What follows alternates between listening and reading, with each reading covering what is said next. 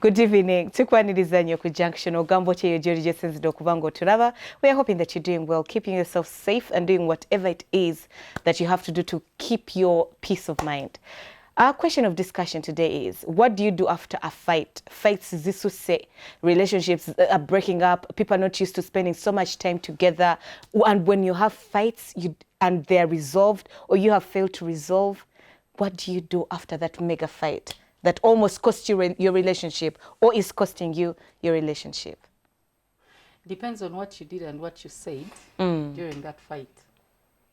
Bwogeza n'ongamba, how do I phrase it? Nkyogere. Anti bino yabisobola. Omusajja nakuma nagamba. Tomalaako. Omusajja yavuma omukazi. You're not toniguusa. You're not sweet. Yeah. Toniguusa. Ekyo bw'okingamba fight weggwa wetuge. Ate wetuge. Why? Because I don't think I'll recover from Buba it. busungu. Buli lwenkulaba. No bobo oyagala olinga ngamba obanga gamba nti emmere gy'okufumba lujete wooma n'onsubira okuddamu okufumbira. Muddamu omufumbire ate ddamu omuwe ebintu njifumbe nti ku luno nyinza n'ossiriiza nyinza n'okunyiga amayulu. Anti Makula, this is what we do. Sit down with this man, because first of all, if there is a fight, first and foremost, what really caused the fight? Kubanga sisuubira nti mugenda mwongerako ku kibi whatever caused the fight. Kubanga omusajja wanyigira n'akugamba nti toliimu wadde otusupu gye balinga naffe abakazi naffe gye tuli abagamba tamalaako oluusi n'abaana abalina naki ekitegeeza waliwo obuzibu era awo bwennyini.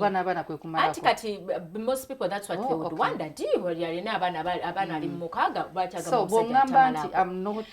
One thing that I usually want abantu abagalana to do many times, okwewala okubeera nga mugenda kufuuka bannaluyombo ne sseruyombo, you need to find out what really makes you fight. Then ebigambo gayo oli oba galoli be yakuvumye kirungi nnyo nga tonnaba kusaba okulula kimere kirala osooka omubuuze naye wabadde okitegeeza nterezeemuko wano oba bwabadde busungu. Naawe omusajja bwe bubanga ddala waliwo ensonga mu mbeera eyo, beera open omugaye nti oluusi tutolumira omutima kyegujjula akamwa kyekoogera. Exactly. Find out what fills your heart, because your mouth will speak. First of all, bwe muba muyomba nga mulina obuzibu, saagala nnyo ovume munno nga atagenda kusigalawo. Anti kati my question is, saagala mu wateringe my question. My question is, Auntie Sue, don't water down my question. My question is, what do you do after that bitter fight? For me, after that fight, no, before we explain whatever happened, Auntie Sue, before you explain ensonga lwaki mulwanye, ngamba mulwanye ekyo kibaddewo, ogenda kukola otya, tubawa amagezi. Anti kye ngamba, mutuule mwogere ku nsonga eyabalwanyisizza kireme kuddamu kubaawo. Temusobola ku pretending anti life begins from wherever it stopped, nga temusoose kwogera ku mbeera eri. Otherwise, if you've not resolved that issue, it will still come back. Ate n'ekirala, okuyomba kuno after a fight kukutuusizaawa oba kubatuusizaawa. Okuyomba kuyinza okutuusa omukazi okusiba enguguze n'agenda. Okuyomba kuyinza okuba nga kutuusizza omusajja okukwatamu obusaati bwe busatu n'akola ki n'agenda. So whatever it is that you have to do depends on how far or how bitter or how ugly. That's why I'm saying, the situation has omuntu waba oyogedde ebigambo ng'ebyo kubanga abasinga abantu abasinga bwe ba having a fight bagala nnyo ebigambo ebirumya oli kimulume naye awuliremuko oli kino ayagala ekinakuluma. Bw'oba onvumya ekikwatagana ne my sexual life naawe ng'ate oli mwami wange, amazima sikiwoba nnyinza okuddamu okujja mu maaso go ne bwe mba mpulira njagala beera naawe sexually nenziramu nenkulaga interest. Omulinda yenajja n'akusaba. Gw'olina okusaba naye nobwoba onsabye Auntie Sue, simanyi oba osobola okirabinga mu mutwe nti kyewayogedde kiri. Olina okugula obuntuntu obulaga. Makula, sina kugula buntuntu. Clear your head. Mwayombye mwabadde munyiize. Because the thing is, gwe wonyiga ovuma Makula, bw'obanga musazeewo okusigala wamu, mutandikire mu lugendo lwammwe. Kitegeeza byonna bye mubadde mugabana, mugenda kwongera mu bigabane. And try to be positive, irrespective of it. N'oboddamu n'obeera abantu twayigirize oluyombo lwe luli. Naye ebyo by'oyogera wayinza okubanga n'ekibuzo kya pavini oba tomanyi kyakola oyinza n'okutta omuntu. Anti kati kye ngamba nti bwe baba banyiize weewale okwogera ebigambo ng'agenda okunoba oba ng'agenda okwawukana n'omuntu. N'obwoba ogenda noba muno lwaki omulekera ekintu ekinamuluma omutima obulamu bwe bwonna. Bw'oba ogenda munnange ate banaakusanga anti it's not just about you. Ngenda yingira mu relationship endala nga omaze okumalamu amaanyi nga ne gye ngenda ndowooza ndi bwe nti. Makula, omuntu wakuvumira eggambo eddene bwe lityo nti tomalaako. Ng'ate amaze naawe emyaka 7, 10, 14 yabeera alina ekikyamu.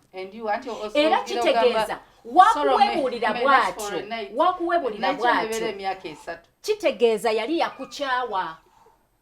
Mubadde mugumiikiriziganya bugumiikiriza yakukyawa to an extent nti akuweebudde to nothing. But omusajja kyenyinza okugamba, omusajja bw'okola omukazi ekintu bwe kityo kiriza ogenda kukakkana amavivi gakke. Mwetondere romance ha funa engeri yonna gy'omuzza engulu ate era bwe muba omaze okulya romance hatawooma finding out kye kyakwogeza ekigambo ekinene bwe kityo. At times mba saagala kumbulira lwaki.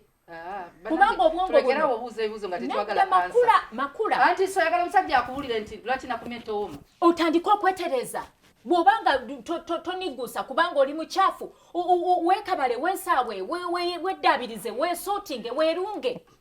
Because the thing is, why must we keep the problem is there? And this is a problem in a department that is very vital. You want to hear your man say all it those is things better, to you? Susan, so that I get to know. Other than him, even my conscience, tugenda na kweteekateeka mu mbeera ya kugabana kintu ekyo ng'oludde mu mutwe gwe okyayinamu kiri kye yayogedde. First and foremost, musonyiwagane, then omubuuze naye ekyo nga kyankutudde wasinzidde ku ki ate njagala ombulira amazima tonnemba. Asobola okugamba munnange embeera eno bweti ne bweti. Munnange emmere ogisiriiza tukoze tutya ng'omugamba ate munnange nsaba kunsonyiwa naye munnange olulala oŋŋambanga n'otalinda nga nkunyizizza birala ate n'okubawo eggambo eddene bwe lityo. Mukama wange ngenda kwetereeza. Weewale kulirira myaka n'otuuka kwegyo emyaka egisobola okugumiikiriza ebigambo ebyo nga babigamba.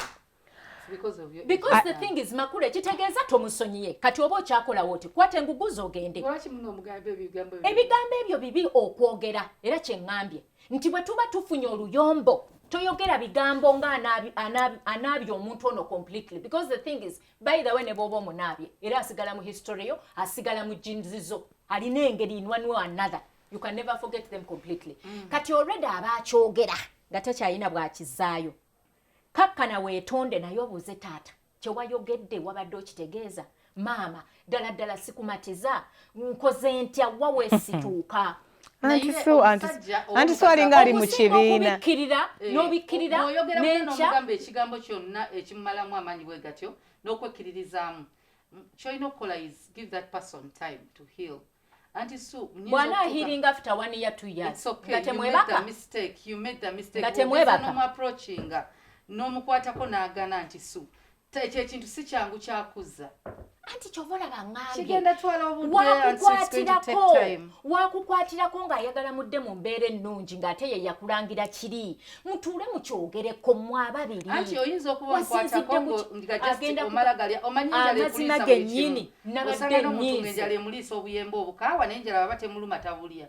So nyinza okulowooza olya lwakubanga oyiga okusonyiwa n'amangu kubanga naawe olina by'oba wayogedde naye byagumiikiriza ate mwenna mutegeera nti once you're not in a proper state of mind mwevuma n'ebitali. Well, personally, I'm not going to rubbish anything that you have said. I respect in every person's perspective and relationship.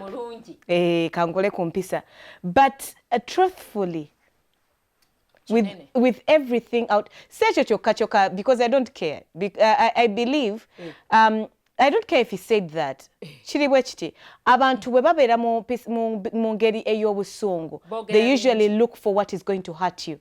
There are those people who go below the belt. It's called malice. You maliciously say something. Bw'obanga omukazi waliwo abantu abamu ng'ensonyi azifuula obusungu. Nga probably omukazi buli kimu kyamugamba kituufu. N'anonyayo kimu ky'amanyi ekijja okukusirisa.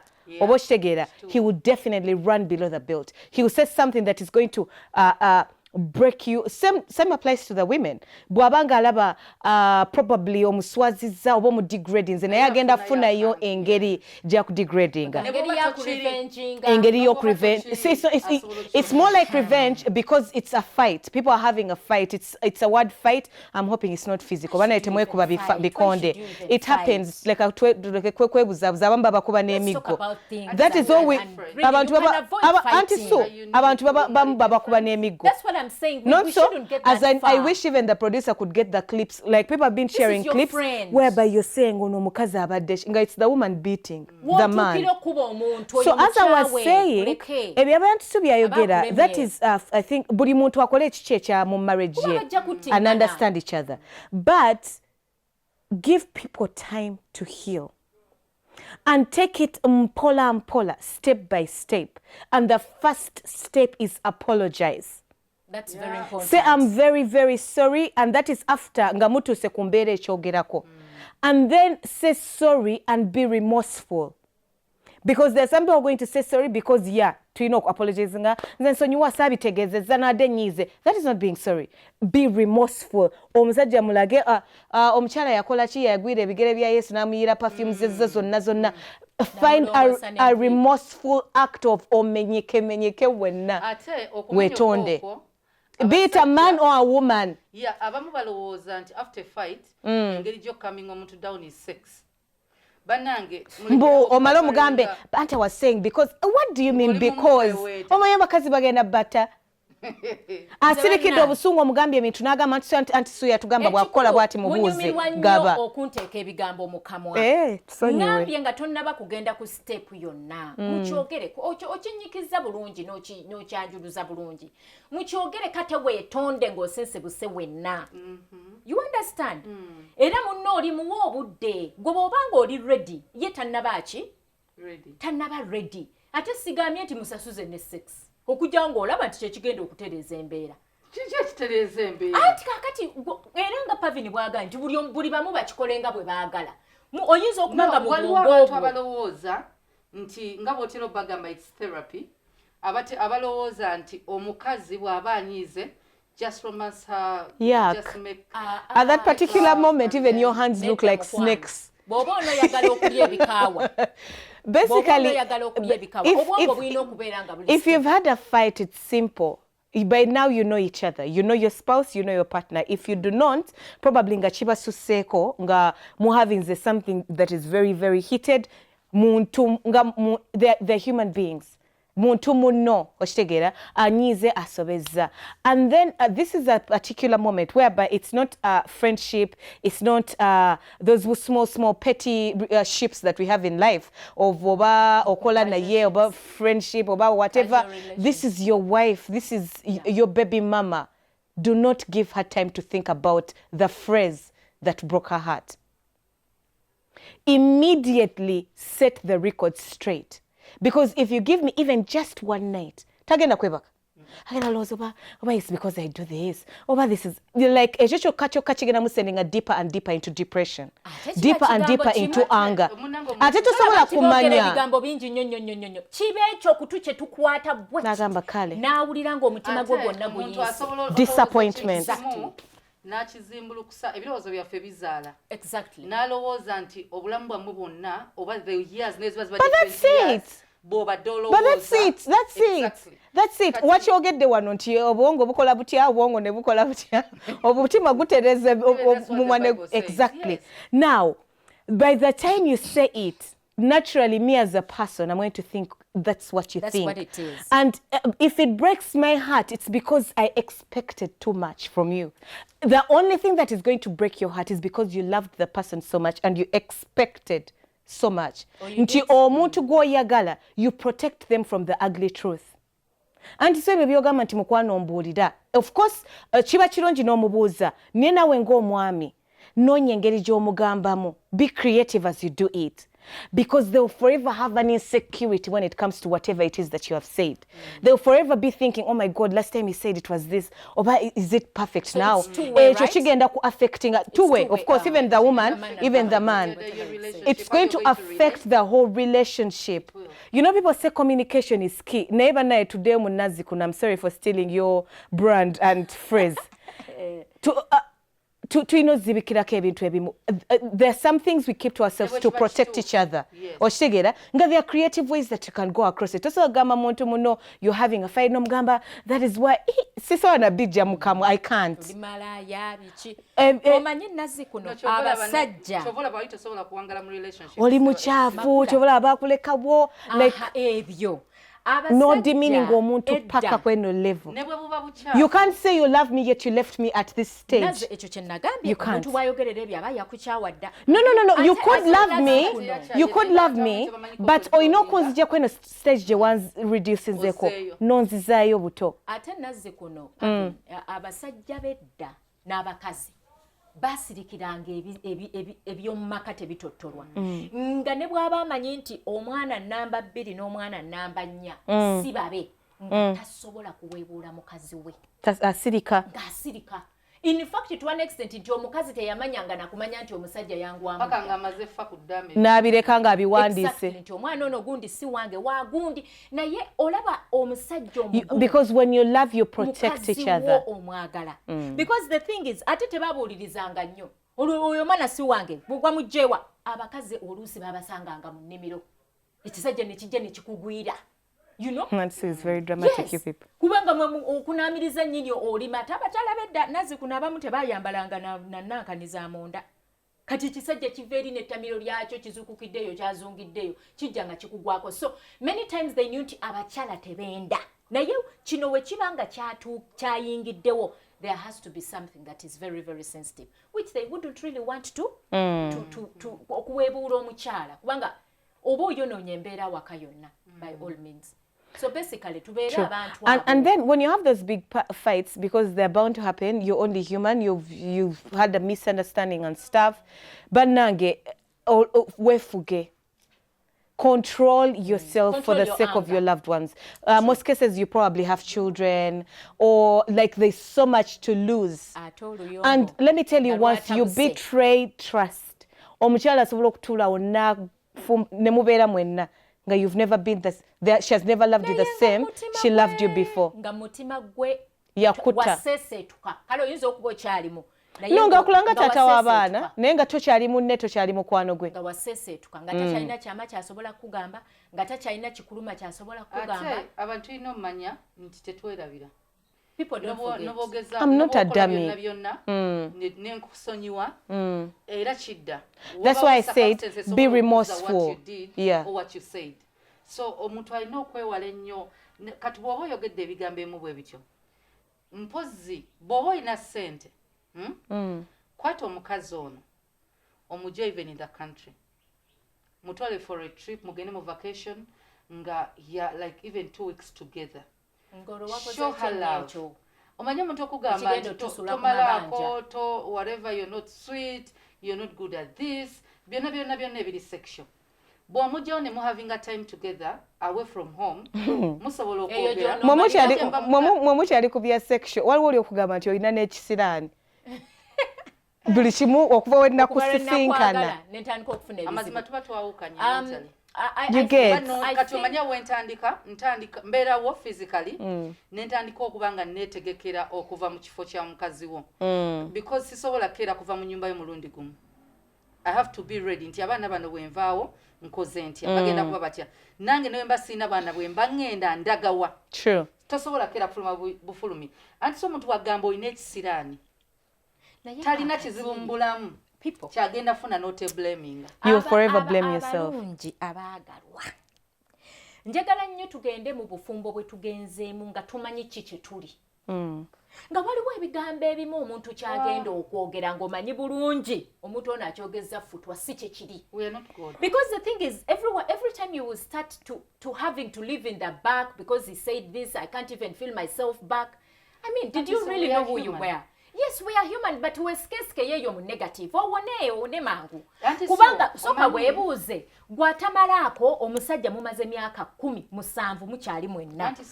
Abadde akugumiikiriza bugumiikiriza tolerating. Watukidde pavini okungumiikiriza kitegeeza waliwo ebyaka bibyendi byatasobola kusanga walala. Amanyi gw'ebigambo twezze.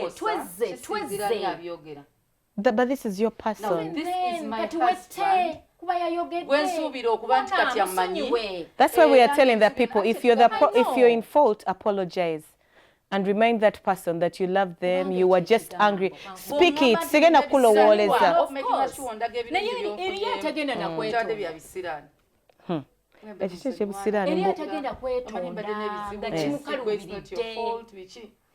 Bw'oba togenda kwetonda leave.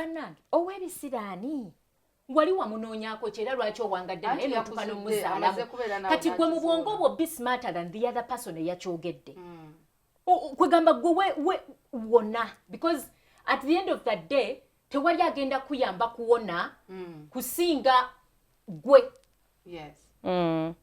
Kubanga bambi omusajja oyo Pavin oba omukazi oyo ajja kwevulungula akabe n'amaziga aleeta ebimuli yeetonde nga genuinely yeetonze munda mu gwe naye bw'onoogaana okwettereza nze wabyogedde nga buli kaseera ne bamba mu I have a right to be angry. Be angry. I have a right to. But don't over. Era n'abatulaba right now. If you're in fault, allow the person to be angry and to get over it. Apologize. Keep reminding her. Keep telling your wife you are beautiful. Keep assuring I did not mean what I said when we were fighting. Bring her red velvet or black forest. Yes, cake. Bring her Auntie Sue, what do you love? Shoes and clothes and gift her belts and scarves. She's a person of scarves. Like buy her like Louis Vuitton or Givenchy, whatever. Obumuwe. Concentrate on what she loves. Now you're chasing her love afresh. Exactly. Because there's some things that are so hurtful. You don't expect me to just wake up in the morning and be someone who says that agenda kutta after 2 months. It may not be in the morning. It can even be a couple of months. But it should not stop your relationship. It's not stopping the relationship, but we are not robots. I'm not saying she's not going to cook for you. She will cook. You have to keep doing your responsibilities as a wife. But that doesn't take away the fact that Duli buli wentuula wansi nkirowozaako. As a man tewekanyanga nti sukugamba nti Lulina apologizing amugambe mukwano nsonyiwa. I actually didn't mean it. Wanyizamu nkyakirowoozaako.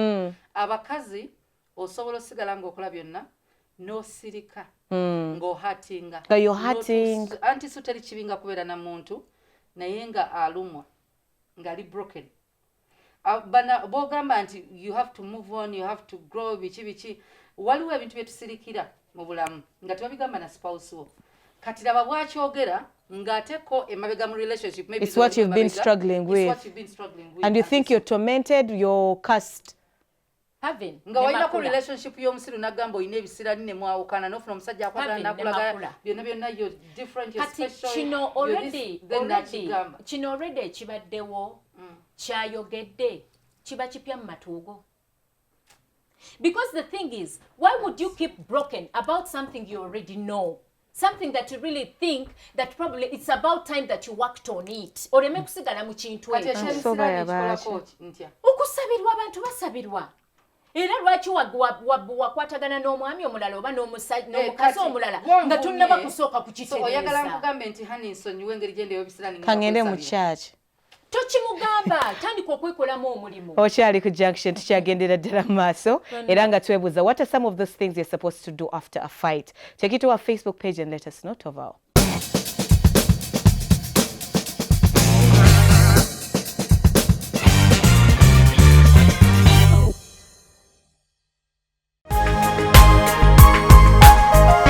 Soul Television, Femunyo.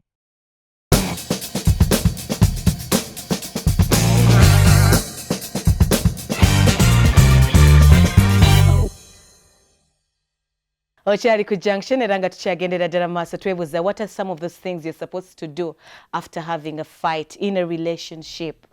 I think personally some of the things that I would want to happen is giving each other peace of mind or a break of okkirize kuba kati wali tubadde to blaming the person abusing, but even you the abuser, you could be at fault. Oshegera chichi enkoze ekiprovoke nze omwami wange okutuuka ku kino. Like what is happening? You need a moment of self-realization. Exactly. You get not about there are certain things that are said out of malice, out of spite, of I want to spite your nyige, like a really sexual and whatever. I don't think most people tend to mean them because sija biyingiramu, but waliwo ebintu ebiri more practical. Omwami nakugamba nti oli mwonoonyi toli mutetenkanya, waliwo ebintu ebimu nga it's deeply thought of, obanga bw'otula nsi n'okirowooza muno aha yandiba nno mutuufu bulijja asirise wowe ebintu ebimu nga when you sit down nga nawe weetegeera exactly nga nawe okiraba nga omwami ayogedde ekintu yes kiri hurtful naye ng'obuulidde toli mutetenkanya oli mukyala nabaki ebintu bwe boogera bwe batyo naye ng'olaba byabadde ayogera bituufu. You need a moment of self-realization whereby you're just going to sit down and say, okay, if this is what I've been doing, I need to change. Exactly. As the other person is apologizing, give them a break and say, you know what, I was actually at fault. Kubaka kati nange kino nze nakikoze. Oshegera sandi tomeza BMW empya gyompadde. Nandi you know, naye tewandi yogedde oshegera mo having a conversation. That is if you had a liberal fight of realistic things, not abiribe twasooseko bye tutagenda kuddamu. So when you're having those kinds of fights, Bambi have that calm moment whereby you realize, find your fault and communicate about it. Because already, nga bwe nagambye oli mukwano gwo, this is your friend, this is your partner, they're already feeling bad and guilty for attacking you in that way. So is the ground, break the ice, mulete yoka juice, omgambe kati onyize. I had a fight with someone recently, even my heart skipped because I'm sure she's watching. But I'm one of those people, I'm very outspoken. So people tend to misunderstand me for being rude, and I'm learning to work on it. But I spoke my truth and I stood by it, and I was like, I'm not apologizing. This is what it is.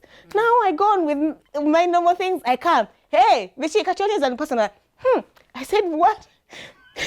In my head, no, I knew, but in my head I thought like, we are level-minded people. I'm thinking you're understanding where I'm coming from. About it, no, and I won't, because people deserve peace of mind, self-realization, self-actualization, and that's I was never in fault. Bobanga tori munsobi, try to rekindle. Try because I want to amweso nyingamwe kugambye bazifuula obusungu. So bwolabanga munno story emulemi okuleeta nenga for you over it, just be that person. Do you want some juice? Should I make for you your favorite meal? Like break the ice on their behalf. We are talking about omukyala oba omwami wo making is a guilty.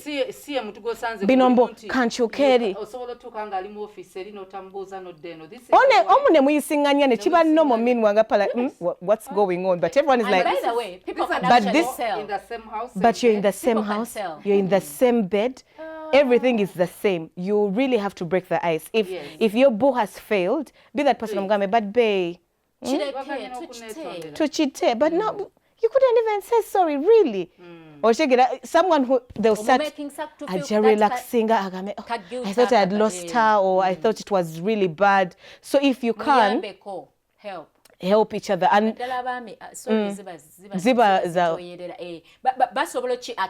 but you know, sorry, but saying it's something but it's something that we need to teach each other as women to find ways of talking, to make it easy for him to say sorry. Avail yourself, like be that person omgambe, but it's okay, like don't be angry, don't be gloomy nawe, like mu relaxing se asobola okufuna wakutandikira okwenenyeza naye onyize tomufumbidde mmere togudde na luggi akusanga oli mu kisenge gye bali emmere atye n'okugirya oba yagenda kunzita atandike n'okutya ne wabagiridde tewooma because abalina ebirowoozo agamba banaye oba akyanyiize oba ng'ayentya kyobalaba nzikiriziganya n'okwogera ku nsonga gamba let's stop pretending all is well. Nokiwa olunaku olulala n'olulala nga Pavin bwagambye nti ne bwabanga Pavin yeyasobezza oba omwami yeyasobezza gunga omukyala abakyala oluusi tuba creative tuba bajagujagu make it easy for him kwagamba ateffe I'm such a cliche. Basiba obusungu ateffe tetulina kubamba. I'm such a cliche. I'm one of those people, if I'm so angry, I write a letter. Because to him, and I deliver it myself. I'm like, then I'll sit there. Do you know why? Because when you're writing a letter, there are things you're going to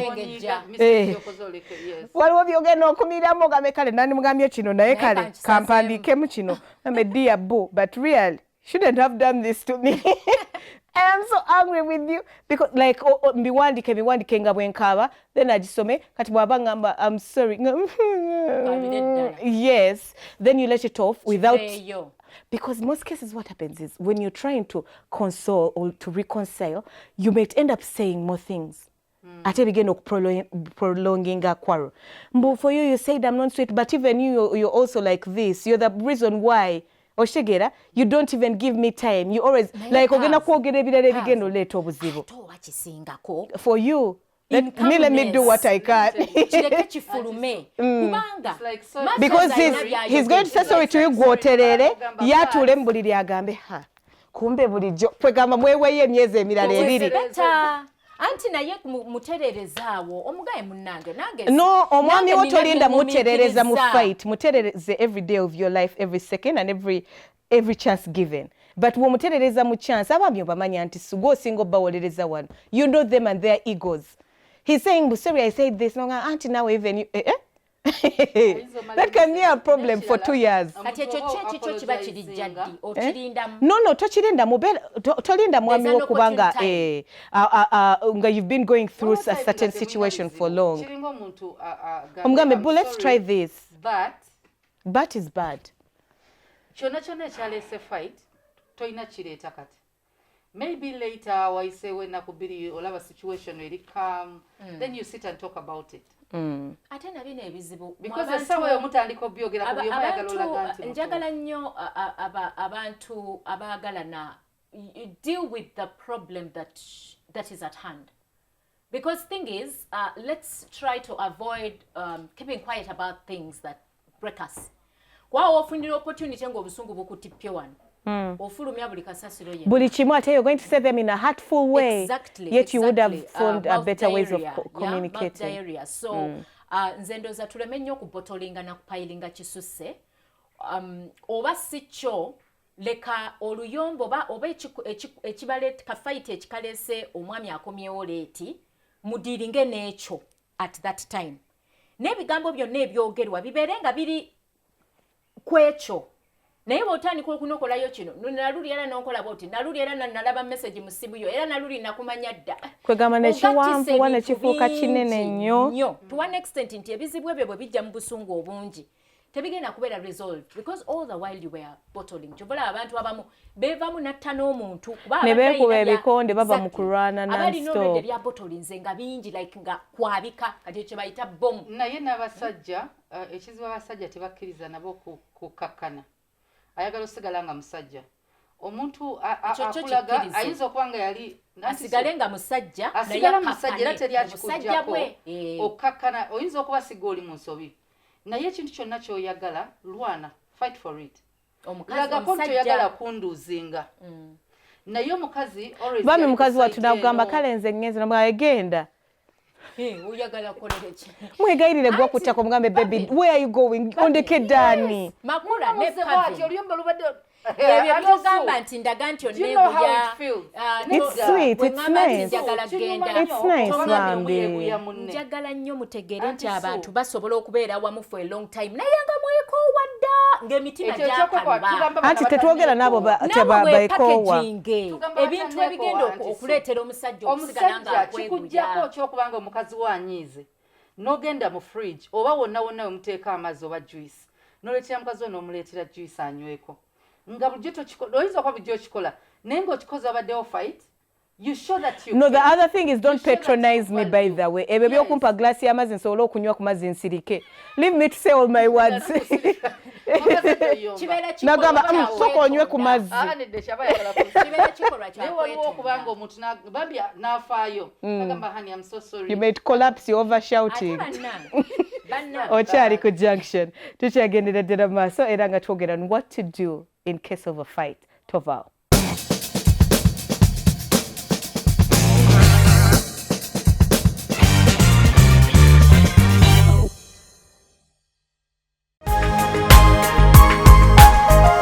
Soul Television, Femunyo.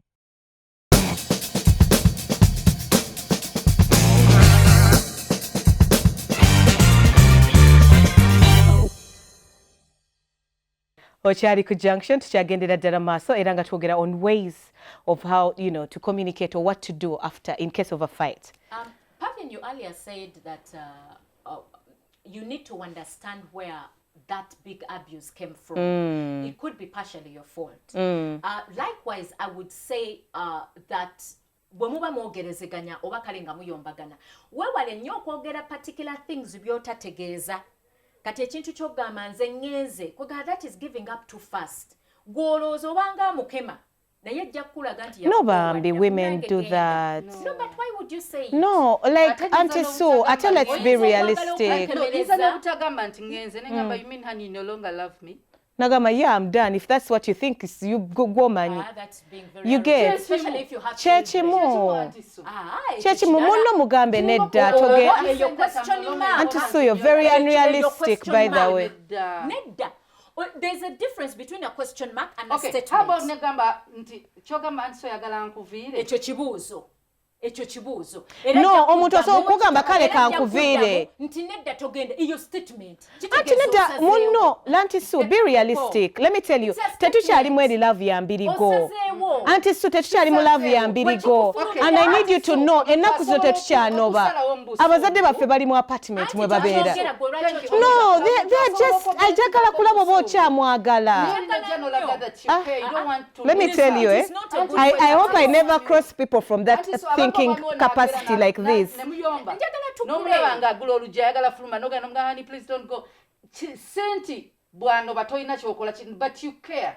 Fight. Show that you're still willing to fight. Why are you saying sorry if you don't care if you lose me? Then just chill. Mbirigo bambi gikomye eri. Tewali agambye nti noba. Tewali agambye nti noba. You're misunderstanding. Mbuyaka asobola n'ogenda ebweru abenga afuluma alaba oba onoomukima. Omusajja ajja kugaana okukima. Then he never loved you at any one moment. Yeah, because if you love someone, you fight for them. Sorry, because even saying sorry, you're fighting for a love. What's the point of saying sorry if you don't want me to be around? Choose to go out of all things. We are working. You're just having an argument. We said that, Auntie Sue, we said there are things you say out of malice. There are things women say to see if you still care. Exactly. Not because she means it. Would that statement be the best to say yes, his reaction, his willingness to fight for you is proof that he still wants you around. Let's be realistic. No,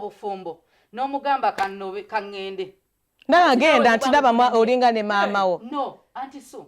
Omanya mukopi era like yo kindetera okulowooza ova makaago but because you don't want to lose me ogenda kunnegayira nga tokkiriza ngende. That is a man who loves the wife. Olw'ekigambo kyoyogedde kinene nnyo nti n'omwana asembayo obutini bw'okimugambo obwongo obutini ayagala kufuluma nnyumba yo era ngenda kugamba nnobye ngenda parking ebintu toyinza kunnangira n'ogattamu ne maama wange. Mulekerawo okwenenya omusajja alina amagezi oba yagala mukyala we you fight for your love. Aba yalemu obufumbo nze siri maama wange nze tebugenda kunnema. Nze nagambye love ya Auntie Sue sigisobola. Hit back. Sigisobolerako ddala. Why would you begin breaking like you a glass? Oyogera ku bakazi ababotolinganga ne batta n'abaami babwe nga tebamanyi nti omukazi yamusse. Ate bw'oba okimuzzeemu ogenda kubotolinga kufaako nedda. Anti munange toyogera kigambo kinagira tokola ki no emitima gyakalubo jagenda wewe ate omukazi asobola Auntie Sue okimanyi omusajja asobola okukola ekintu alaba oba okyamwagala. Me like people who have Auntie Sue's mentality should leave the show and shouldn't watch. Because the point is what are we doing after a big fight? And we are talking about being sorry and you're being remorseful. Remorse is showing how sorry you are. Please stay, don't go. Bundowoleza kulaba nga sikyasobola kubanga omuntu agamba ngoba anti ye muntu alaba nga takyasobola kubeera naawe kati nze fight eyo gye tubadde nayo entusiza ku level lowooza nti sikyasobola beera naawe naye bw'oba okyayagala omukyalo n'oba omwami kola ebiraga nti okyamwagala ekimu ku byo ne waba paakinga gwe amuggyako engoye za paakinga tekiba kyejo oyina kyoyogedde ekimuleetedde okwagala okupaakinga era kupaakinga kugenda kusolvinga ekizibu anti kati gwe engeri gy'olumwamu ani agambe buli ssaawa omukazi yaba provokinze anti sometimes era kyengambye nti oluusi njagala obeemu amagezi yes ne bw'obanga nze nkuprovokinze be a man be a head be a leader. No, and baby, not to be fair. Right at this particular moment, I don't want to know who the head is. Fight for your love. Let me tell, and so I'm not even talking to you. No, Shiganye. It doesn't matter because he's the head, and he should forever stay the head. My point is, it's not about hierarchy on who is the head or who is the bottom. No one cares at this particular moment. My point is, aside from the hierarchy in the house, my point is fight for your love. Nabagami muntandi kwa I left you guys to talk nenyingiramu nenjogera ekintu ekyo anti that's why I told you earlier but she was making so much noise bwakuleka n'ogenda the relationship was already ended. But for a man who is genuinely apologizing and fighting for love and still in love wouldn't let her go. So whoever is watching us right now, and that happened because to get them a big fight I don't even want to go far. I didn't mean it. Nze nanyize bunyizi. Ebirabyo byo no bwedango obikiriza. Lwaki ekyokuparkinga kyogamba nti tokisussa. Kubanga obo do save from a problem. No, she's not parking to leave. She's threatening to leave. That's why I'm telling the man or the woman that do not let your spouse to leave. Tell them, I love you. Let's work this out. That is my point. Because ebirala byonna byonna bibeeramu. Ebirala byonna bibeeramu. I want to see what is my ground. Tuyimiridde wakati. Do this. No, let me reason is an out. Act of Let me reason it out this way. If you first have to threaten your man that you're leaving for them to apologize. Not if. No one said, Auntie Sue. Then do you really matter? Auntie Sue, your problem is you capitalize on one point. Auntie Sue. No, Auntie Sue, you capitalize on one point and that's your fault. Obeda tuze to a point. Era nachire senga a scenario. No sagambye nti point. Sagambye nti buli ayomba parking agenda. It was a scenario. We gave it as an example. But you're capitalizing on it, you're dwelling on it as if tugambye nti buli ayomba parking. And no, do you know we why said in case it happens, and you're having a fight, a big fight, whoever is in fault, fight for your love. Because Mamulo anti bakazi bokabe ba parking. That's what Andisu thinks. If you see your man parking, fight for them. It's a scenario. No one said it's a way out. Nti parking ogende. Then the relationship had ended already. Yes, thank you. Mubadde bulijjo mulinda ka spark. I wouldn't want you to Pride doesn't come together with love. Don't dare the man. No, you should know early because now that's a person going to kill you. No one is daring. This is not dare. We are not even running away from a problem. But mukama akubikulide akuwadde ka gap no kiraba. A person who says kale genda. They were tired of you already. They were just waiting for an opportunity. And God availed it. Why are you saying why dare? Why try? Sigala where you're unwanted. It means if the quarrel has failed to work, he's going to kill you. Or he's going to get other people he's sleeping with and give you diseases and you'll die still.